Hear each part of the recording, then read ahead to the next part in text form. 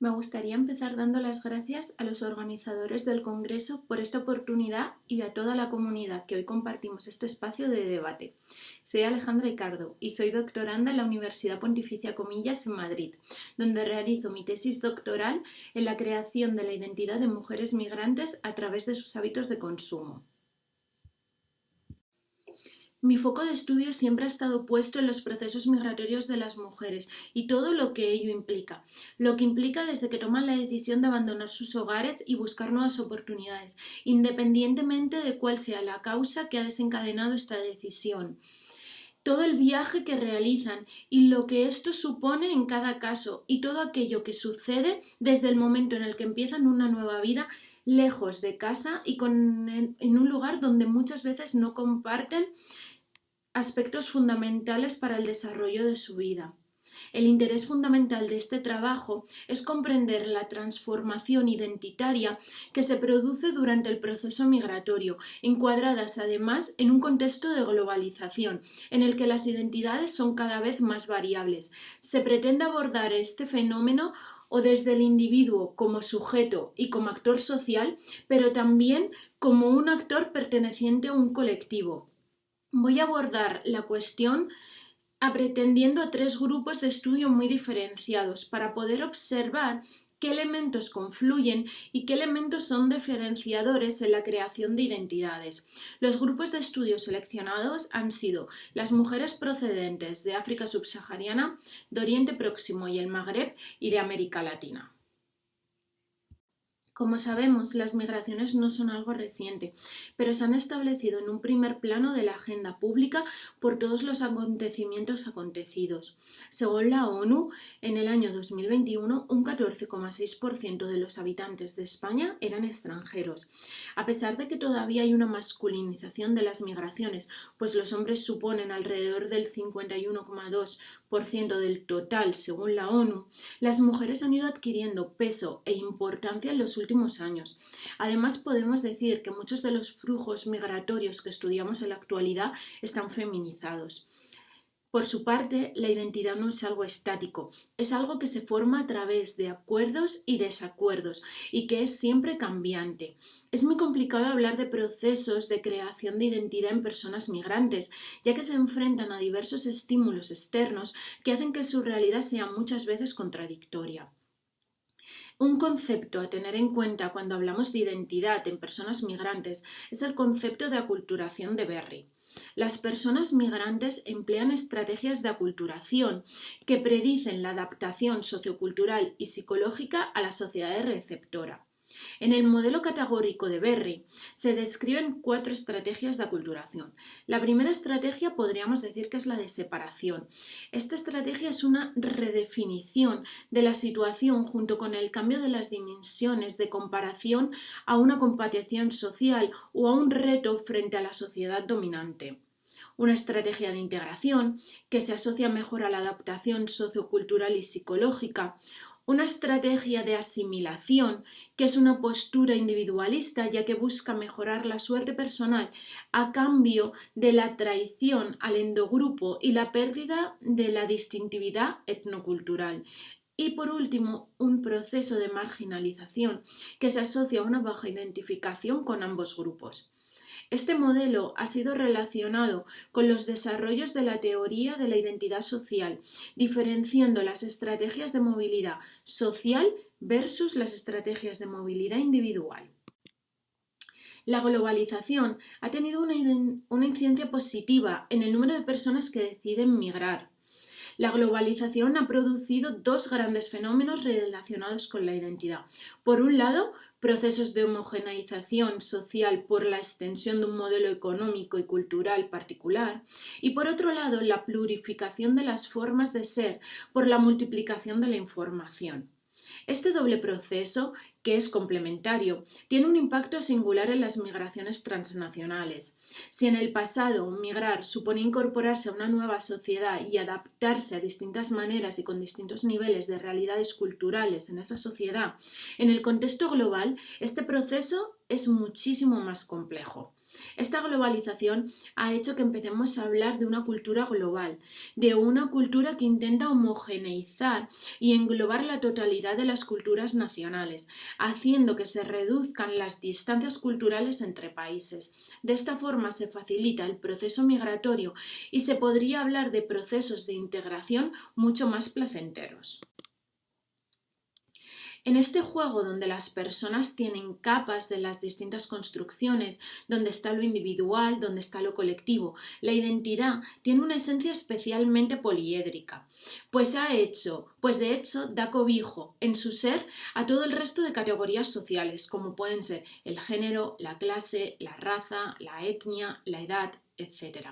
La parte fundamental de este trabajo de investigación viene determinada por cómo se enfrentan las mujeres migrantes a procesos de creación de la identidad en la sociedad receptora.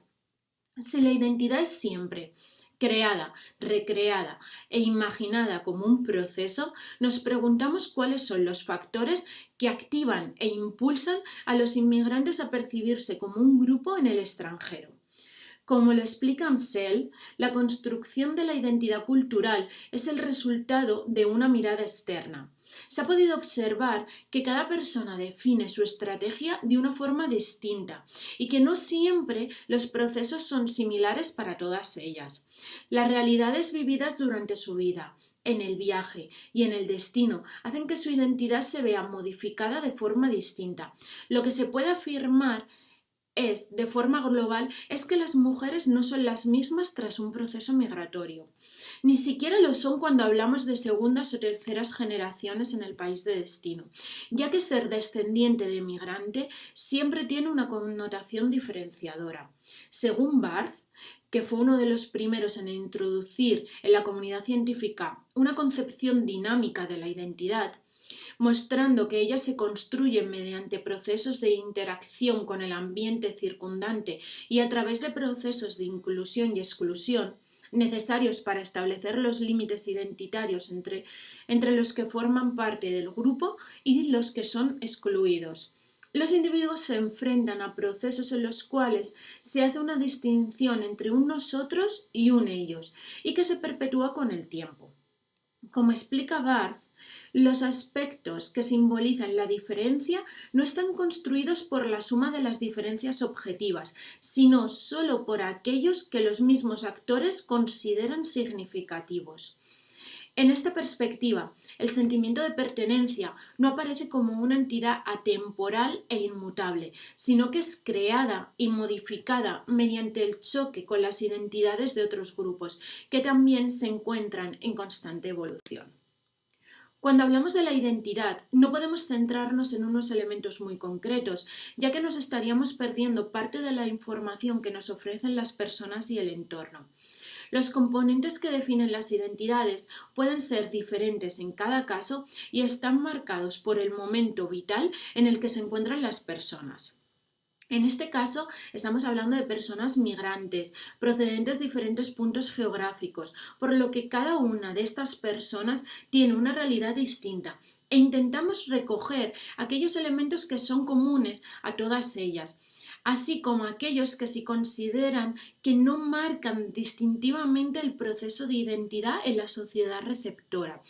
Bien es cierto que cada persona es distinta y lo que para unas personas es importante para otras puede no serlo, sobre todo cuando hablamos de mujeres con toda la implicación que ser mujer ya tiene. La teoría de los valores individuales de Schwartz nos proporciona una base sólida para las comparaciones transculturales. Los valores representan diferentes tipos de motivaciones que determinan las elecciones y las conductas de los individuos. Es una variable intrapersonal significativa que explica las diferencias entre los inmigrantes en sus decisiones y las formas de insertarse en la sociedad receptora. Schwartz, además, nos permite comparar entre los valores individuales y colectivos, ya que apunta a 5 motivaciones personales que son el logro, el poder, la autodirección, la estimulación y el hedonismo, 3 colectivas, que son la conformidad, la tradición y la benevolencia, y 2 que podríamos considerar mixtas, que son la universalidad y la seguridad. En este caso, hemos realizado este estudio con los elementos de religión, nación, etnia, territorio, raza y género. Podemos decir que todos estos elementos forman parte de la vida de las personas de tal forma que les hacen generar un sentimiento, un arraigo, una cultura común que puede verse alterada cuando cambias alguno de ellos y cuando sentimos que tenemos que adaptarnos ante lo desconocido. Por su parte, los grandes grupos de estudio han sido América Latina, África subsahariana y el Magreb y Oriente Próximo. La justificación de estos grupos de estudio viene determinada porque nos aportan diferentes perspectivas que debemos observar cuando hablamos de la construcción de la identidad. A grandes rasgos, podríamos decir que las mujeres de América Latina nos aportan una cultura cercana a la nuestra, una lengua común, una religión en la mayoría de los casos que es igual y una historia compartida. Podríamos decir que es el grupo de estudio clave para observar si el género es uno de los factores de la construcción de la identidad. Además, es el grupo más numeroso y la migración de este colectivo no ha dejado de crecer. La diversidad es ofrecida por África subsahariana. Posiblemente de todos los grupos analizados sea el que mayores dificultades migratorias tenga, en la mayoría de los casos por los escasos recursos con los que cuentan. Nos resulta muy interesante a la hora de comprobar si raza y etnia son factores generalizadores de identidad. Y por último, las mujeres del Magreb y Oriente Próximo, que han sido escogidas por su factor religioso y por cómo se organiza esta sociedad. Viene caracterizado por el miedo y la desconfianza por parte de los países receptores, lo que ha marcado fuertemente la discriminación hacia lo desconocido. Para poder dar respuesta a las preguntas de investigación, se ha utilizado una metodología cualitativa. Entendemos que la metodología cualitativa es la que mejor recoge y ayuda a comprender los fenómenos sociales, ya que la investigación cualitativa describe detalladamente situaciones, eventos, personas, interacciones y comportamientos que son observables, pero incorpora además lo que los participantes dicen, sus experiencias, sus actitudes, sus creencias, su pensamiento y sus reflexiones, tal y como son expresadas por ellos mismos. Las técnicas de metodología cualitativas en la investigación han sido dos: entrevistas semiestructuradas y observación participante. Se han hecho entrevistas semiestructuradas porque se dejaba abierta la posibilidad de que la entrevista tomara otra vía que también fuera interesante para la investigación y que nos proporcionara más datos de interés. Y en cuanto a la observación participante, podemos señalar que esta técnica nos ha ayudado a comprender mejor al grupo participante y a visualizar todo lo que habíamos comentado previamente en las entrevistas. Además, en el tiempo transcurrido con las personas estudiadas, nos ha dado mucha información que previamente podríamos haber pasado desapercibida y que ha resultado de interés para nuestro estudio.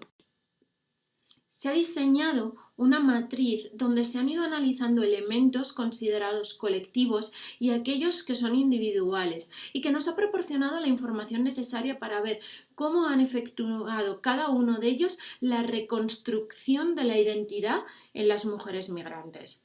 Ha habido componentes colectivos y componentes individuales, como hemos dicho. Por ejemplo, la nación hemos definido que es todo aquello que comparte el imaginario de la nación, que forma ese recuerdo de lo que se ha dejado atrás. La etnia, estamos atendiendo a que las personas comparten una identidad común, que pertenecen a un mismo grupo étnico. El territorio, la tierra, influye en la toma de decisiones y en la forma de moverse en los espacios públicos. La raza marca una diferenciación muy visible y fácilmente de categorizar a los individuos dentro de una categoría que son connotaciones más o menos positivas. Y luego, en cuanto a valores individuales o componentes individuales, tenemos la religión, que son todas aquellas celebraciones, posicionamientos familiares, influencia en la alimentación, tareas de casa y en la manera de vestir, diferencia con otras familias y la autoimagen que uno tiene, el género que nos podría afectar a pertenecer a un colectivo principalmente más vulnerable, sobre todo cuando se viaja sola desde ciertos países de origen, y el ser migrante. La propia característica de ser una persona migrante hace que la realidad de las personas sea diferente a la que las personas que les rodean, que no han tenido que sufrir este cambio. Vamos a sacar unas pequeñas conclusiones de lo que se ha observado en la investigación para que sirva además de las ideas principales y de análisis de los resultados. Se ha observado que ser migrante por sí mismo hace que haya una identidad mayor cuando las condiciones de vida anterior a la inmigración son considerablemente modificadas en la nueva realidad. Por eso, la construcción de estrategias de solidaridad es el cimiento para la creación de una superidentidad. Esta superidentidad es algo mayor cuando hablamos de que hay una identidad que está por encima de la identidad individual y que hace que muchas veces el comportamiento de las personas se vea modificado.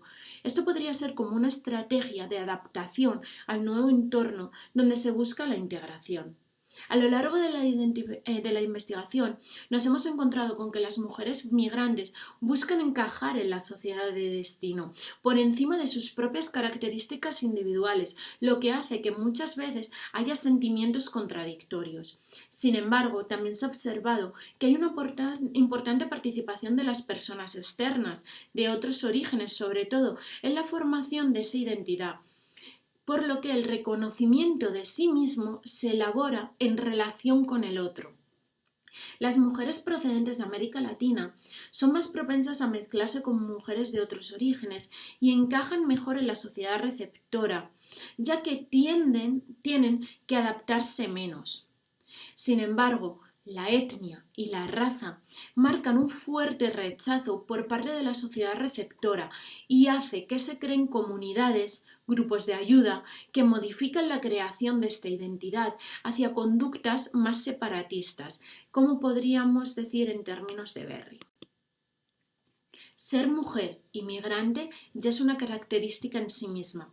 El género es una seña distintiva en la creación de identidad, porque en la realidad previa de todas estas mujeres ha supuesto una forma de diferenciarse del resto de la sociedad.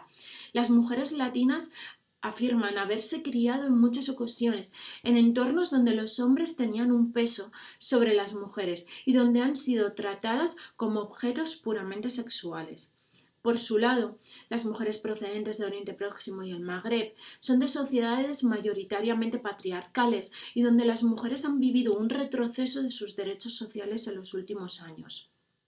Las mujeres, cuando migran, se encuentran con que la realidad de las mujeres occidentales puede ser otra y buscan generar lazos y copiar comportamientos que las ayuden a obtener esos mismos derechos.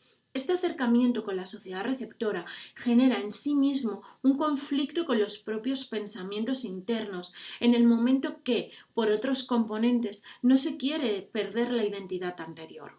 Y las mujeres de África subsahariana tienen un papel muy importante en la economía doméstica de sus hogares y buscan mantener este posicionamiento dentro de la sociedad receptora, que sin embargo no favorece, en su opinión, su inserción laboral por no tener amplios conocimientos.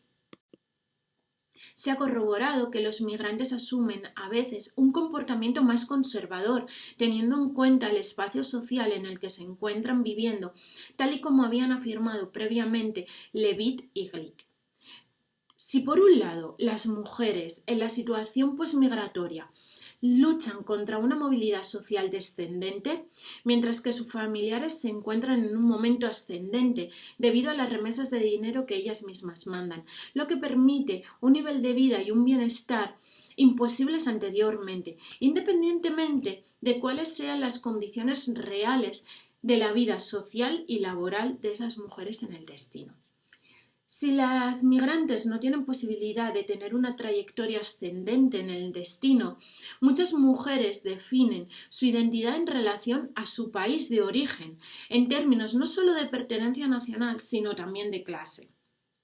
Esto explica por qué las mujeres tienden a alejarse de todo aquello lo que podría, a nivel simbólico, arrastrarlas nuevamente a una condición de inferioridad a ojos de la sociedad.